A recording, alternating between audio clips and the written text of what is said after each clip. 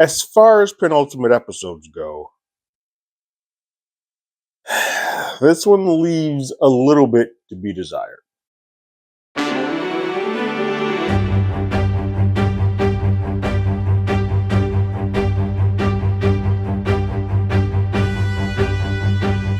Hello, everyone. Terrence here with Hollywood Already Did It. If you haven't already, go ahead, like, share, subscribe to the channel, leave a comment, ring that bell below.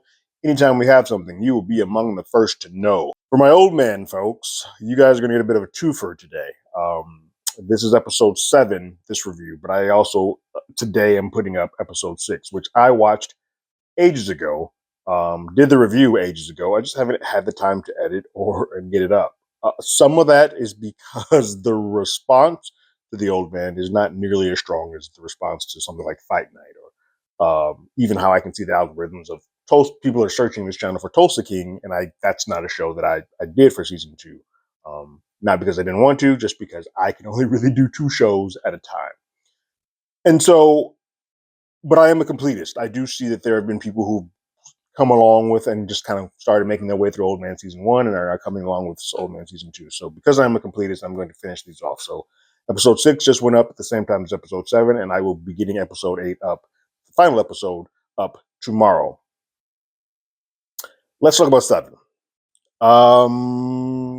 This is the second to last episode, called the penultimate episode of the Old Man season 2, and bit of a mixed bag. I think a lot of this episode is built and hanging on the final shot of the episode. And so a lot of the conversations that are happening with the mindset that Emily is no longer alive don't quite hold as much weight until we get to the end and you sort of play this episode back again and you're like, oh, well, these things mean a little bit more than they originally did. Pick up at the end of the last episode where Dan turns himself into Pavlovich because he has a neurotoxin coursing through his body, and the only person that's going to have an antidote for it is Pavlovich. So he turns himself in with a sort of a plan, a game plan with Zoe to sort of for her to go to a precinct and turn herself in. I would say probably the best sequence in this entire episode is the Dan and Pavlovich stuff that happens in his dungeon, his lair, if you will, where he's interrogating Dan. He has Dan tied up to a chair.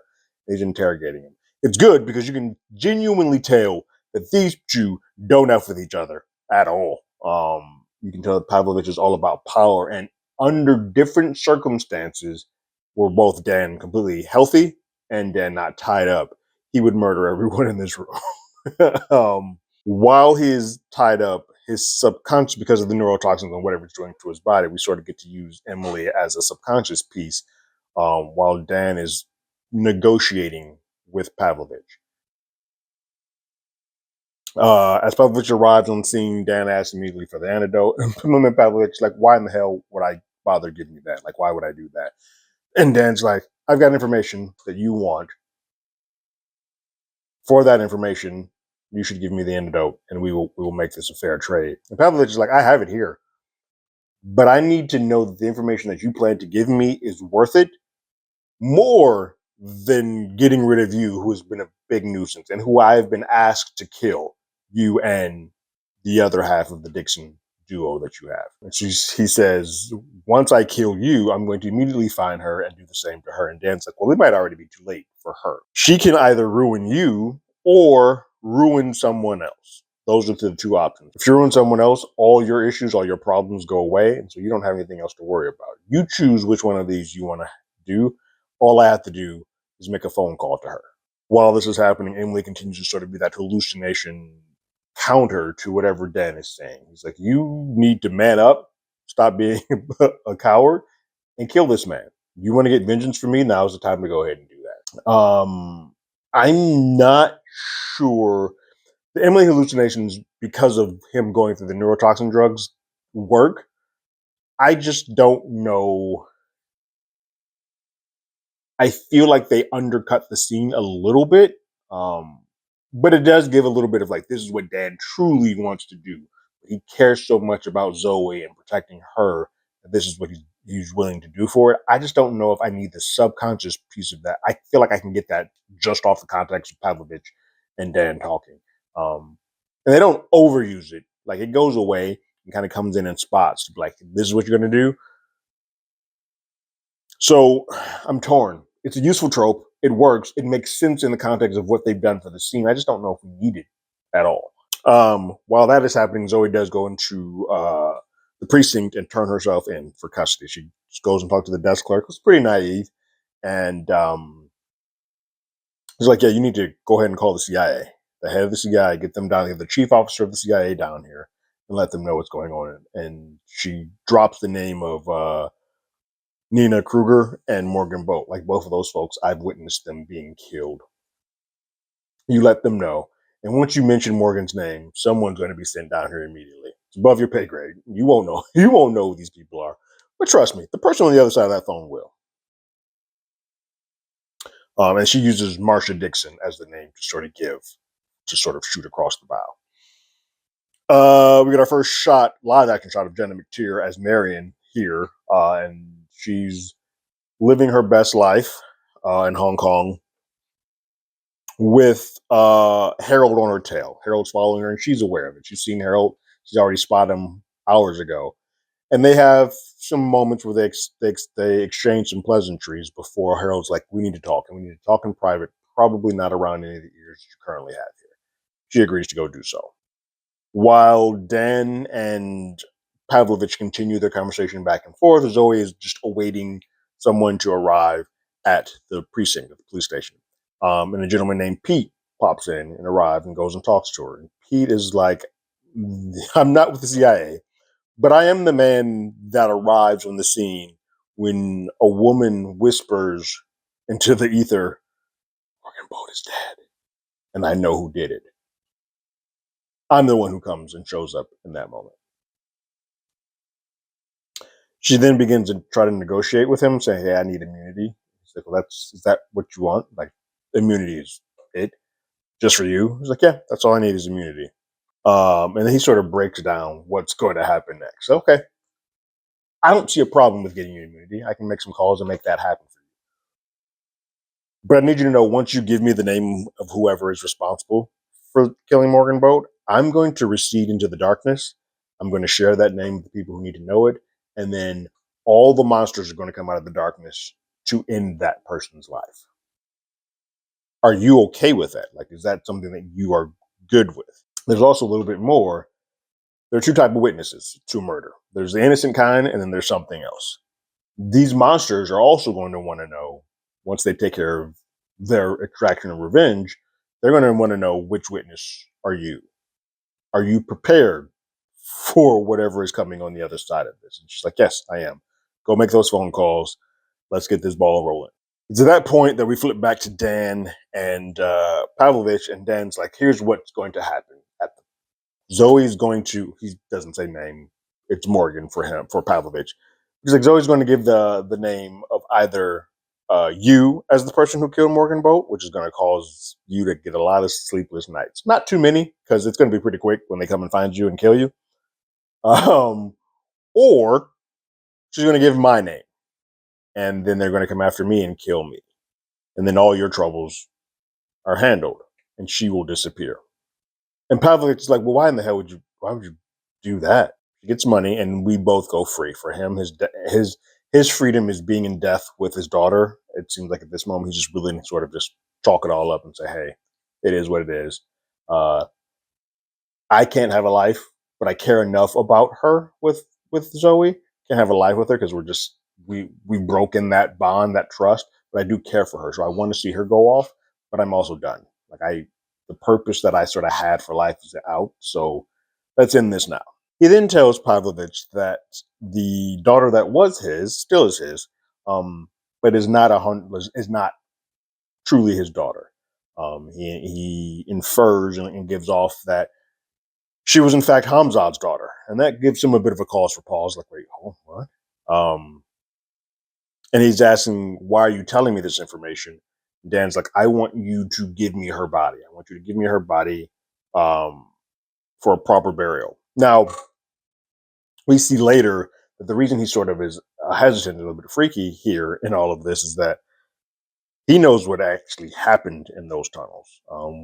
He knows that they don't have the girl who they thought was Emily. It was Dan's daughter. They don't have her, and so he's kind of still hedging his bets, putting on a good facade for Dan because Dan does not know this. But the subtext here is now, once you see the end of it, is like, yeah, crap. That changes a bit of things. If that's Hamzad's daughter, then now I see what we're in for. Dan continues on. He's like, normally I would be angry enough to snap your neck. Like, I want to kill you. I want to rip these things off, and I want to find a way to wrap my hands around your neck and kill you. But to make it out of here alive, I made a promise, and I made a promise to someone. I'm going to uphold that promise. She matters to me, and I'm going to do this for her. Pavlovich is like, wait, hold on. You're going to forego vengeance for this woman? Who is she to you? Like, what is she? And it's just that the code that he has, he just wants what's best for Zoe. And the way that he asks it, he's like, you will forgo vengeance of the man who you believe murdered your daughter. And it's great to see how he words this, because he knows I haven't touched your daughter. Your daughter's alive. But you want vengeance for the person who you believe to have murdered your daughter to give a life to Morgan Dixon. And Dan, look, I would. We get a subconscious piece of Emily like, you coward. What the hell are you doing? And so you can tell you don't need this. You don't need the subtext or subconscious to sort of give you that information, but you can tell that he's at a torn point. But because for him in his brain, Emily is dead, he can push all his chips towards Morgan because he doesn't have to have that back and forth. And like he just sort of gives out, especially with the neurotoxin going through his body. Pavlovich cuts Dan loose and is like, all right, well, then let's do this. Cuts Dan loose, goes get a phone, gives Dan the phone, and Dan makes a call to Zoe. After a couple of flashbacks, we get some flashbacks of Zoe younger with what is believed to be her father right before she's about to get married. Just going over the process of life and what to do next in life and sort of do things. There's an important piece that happens, which gives context to her as we go along. Before, well, a bit there, I'm like, why? These aren't necessary because I don't need to have in the penultimate episode all of a sudden start getting flashbacks of her. We got enough flashbacks that we get off of Dan. I don't need any off of Zoe. But it makes sense when we get there later in the episode. Dan gets a hold of Zoe and says, "You know what to say?" And she's like, "Yes, I do. I know what to say, and I know what this does." He's like, Pete is out making some phone calls. That's the person who's doing it. Once he comes back in, we will go through with it. While that is happening, Dan clocks that Pavlovich gets a call from someone else and saying something's going awry. And at that point, Dan's like, hold on, Zoe, something's up. Pavlovich comes back to Dan, punches him in the stomach, takes the phone that he was on the call with Zoe, closes it up, and is like, deal's off. Someone's making a move on me. I don't know who it is. I don't know if it's you, but there's enough pieces on the board that I'm going to believe it's you and not taking any chances. So, yeah, deal's off, and I'm going to kill you now. There's a man that is left there. Pavlovich takes off, and there's a man that is left there that is going to kill and torture Dan. Reverse that, torture and kill Dan. If he kills him, tortures him after he kills, that doesn't make a lot of sense. He's going to torture and kill Dan. And he has some history with Dan. Apparently, Dan is responsible for the death of his father. So he's been holding up all this aggression, this anger towards him all this time, which sort of then leads to the hubris that he sort of has in his own subsequent demise.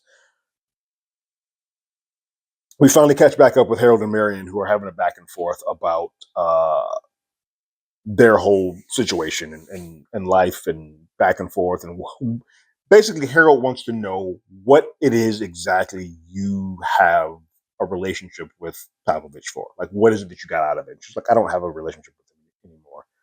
We did at some point. We don't now. They keep going back and forth, and she starts spinning them and gaslighting them a little bit. And Harold even says that there's a point in time in life where I would have just accepted that gaslighting and be like, cool, that is what it is. Hell, even a week ago, I would have accepted pieces of it and then eventually started to fight back. But right now, I don't have the time for this BS anymore. Can you tell me what is actually happening? And so they dig down a little bit deeper. And she comes out saying that my goal was to weaken Hamzat. But not only to weaken Hamzat, I had more on plate. I just wanted to have a dinner. It's like, remember that call that I had when you were out there? Just wanted to have a dinner. It's like, yeah, what does that have to do with anything? And her brain is saying, I wanted to speak to the other Hamza. Like I wanted to speak to Emily or Juana. That's who I wanted my conversation with. She is the key to making all of these things work. These getting our hook in. She's an American officer who would have Hamzad's blood, who could speak any language. She has central intelligence, education, and backing. She's been trained by by Dan, been trained by you. She is sort of the perfect weapon. She would have been the perfect weapon. That's who I was going after. And Harold was like, do you really think that I would have let you anywhere near her? Like, while she may not be my daughter, by all intents and purposes, she's the closest thing that I have to a daughter. I wouldn't let you anywhere near her at all. And now I'm super excited and glad that we got divorced because you are nuts. She then gets a call from Pavlovich, who is she can genuinely hear fear in him, um, because she hasn't spoken to him in a while. And Harold asks, like, who was that? It's like, that was Pavlovich saying, do you know why I'm calling you? And no, nothing else is said. And she's like, well, if he's calling me now, after not having this much conversation, he is genuinely terrified. But more important than that, he has no idea what he's terrified of. Something's coming from him, and he has no bearings on what that is. Um, Back at the Prince precinct, Pete's taking a very long time because all of a sudden Zoe looks out the window and sees there was a man from Pavlovich's team that was outside the precinct watching, giving sort of play-by-play back to him. He gets out of the truck and shoots Pete. So Pete's calls are done. We lost Pete. We then see Pete, the gentleman, come into the precinct and shoot that poor naive. She's just doing her job. Poor naive desk clerk officer. She gets shot. We then put in a flashback that's important of this wedding day, showing for Zoe. She walks past a glass cabinet that has shotguns in it, which then lets us as an audience infer that she has some type of knowledge of how to handle herself with shotguns and guns. And so then we see a shot of her opening up the weapons container at the precinct, and there's a shotgun in it. And then she goes Resident Evil on this dude and just blows a hole in him as soon as he comes up the stairs. She then exits the precinct, sees that Pete's dead, and then all of a sudden Julian pulls up and says, "Hey, Harold sent me here to make sure that you were okay." He assesses the scene. Looks like you're okay. And then they take off. Last piece of this episode is that we see Dan getting roughed up a bit. He's getting roughed up a bit by this man who's trying to get extract revenge from his dead father. His ignorance and his lust for vengeance allows him to get super close, really close to Dan, which because he wants to savor the death instead of just shooting him from afar, he is a little too close that once Dan gets his hands free, he takes shards of, it looks like rock. I think he broke off pieces of rock and just stabs him in both arteries and both thigh areas of the legs. And then he holds him so that he can just bleed out like a pig. They don't get that close to Dan, guys. Like, I feel like with the history that who Dan is, and especially at his age now, you might just not want to get in close quarters with Dan Chase. Just go ahead and shoot him from afar. Or hell, leave him tied up and just watch the neurotoxins do their job. You chose this life, sir, and that is why you're dead. The last shot is Pavlovich going to Hong Kong consulate and sort of having a debrief, going back and forth, and then we see a final shot of a person who is sort of making a movement, sort of changing the things that are happening in Afghanistan. And as the dust clears and we see everything, it is Emily, Miss Hamzat there himself, who has been the person that has led this charge. And so That's how the episode ends. That's how the penultimate episode ends before we get into the season finale. A couple of important things here. We saw that at the beginning of the season, Emily was doing everything possible to not be like her father and sort of like, hey, I don't want to take on this mantle. I don't want to do all of that. Clearly, something changed in that moment when we saw her last seeing her cousin off before getting in that bunker, before we get that great bottle episode where we don't see what's happening on the other side. Now, I imagine in this finale, we're going to see exactly what takes place and sort of what clicks for her to be like, I need to lead this resistance. That final shot also makes everything else in this episode, some of the stuff that sort of slogs, work better. Like for me, the Harold and Marion stuff just didn't work because at that time I thought Emily was dead, and so her saying like, "Hey, this is what I wanted. This I wanted her to be that sort of perfect piece." She now is clearly. She's going to be that perfect piece, but just not under the control of Marion, which might be more dangerous to all parties. Um, we see Dan after he kills that young man. He tries to go get the antidote. The antidote box doesn't have a second one in there because before torturing him, he poured out the one that was there. And so Dan's just left there to his own devices. So someone needs to get back to him and find him as quickly as possible because he is in a bad way. But I think the rejuvenation that he's going to receive once he realizes that Emily is alive is going to quite change some things for him. There's a lot to sort of not necessarily wrap up because I feel like with his last episode and Emily being revealed to be alive, this is leading towards a season 3, which is fine. But right now, all of our characters are splintered off. No one is near each other. Marion and Harold are in one country, Dan somewhere else in a coma, possibly. Zoe and Julian maybe are heading towards where Dan is. That might be the best sort of shot, but with no antidote. And then you got Emily in Afghanistan. So none of our core characters are together. So it is going to be interesting to see how rushed this final episode feels when we try to put all of them back on the same board together. For me, penultimate episode, not my favorite episode of the season. I prefer the bottle episode. Basically, the last 2 episodes, I appreciate it more than this.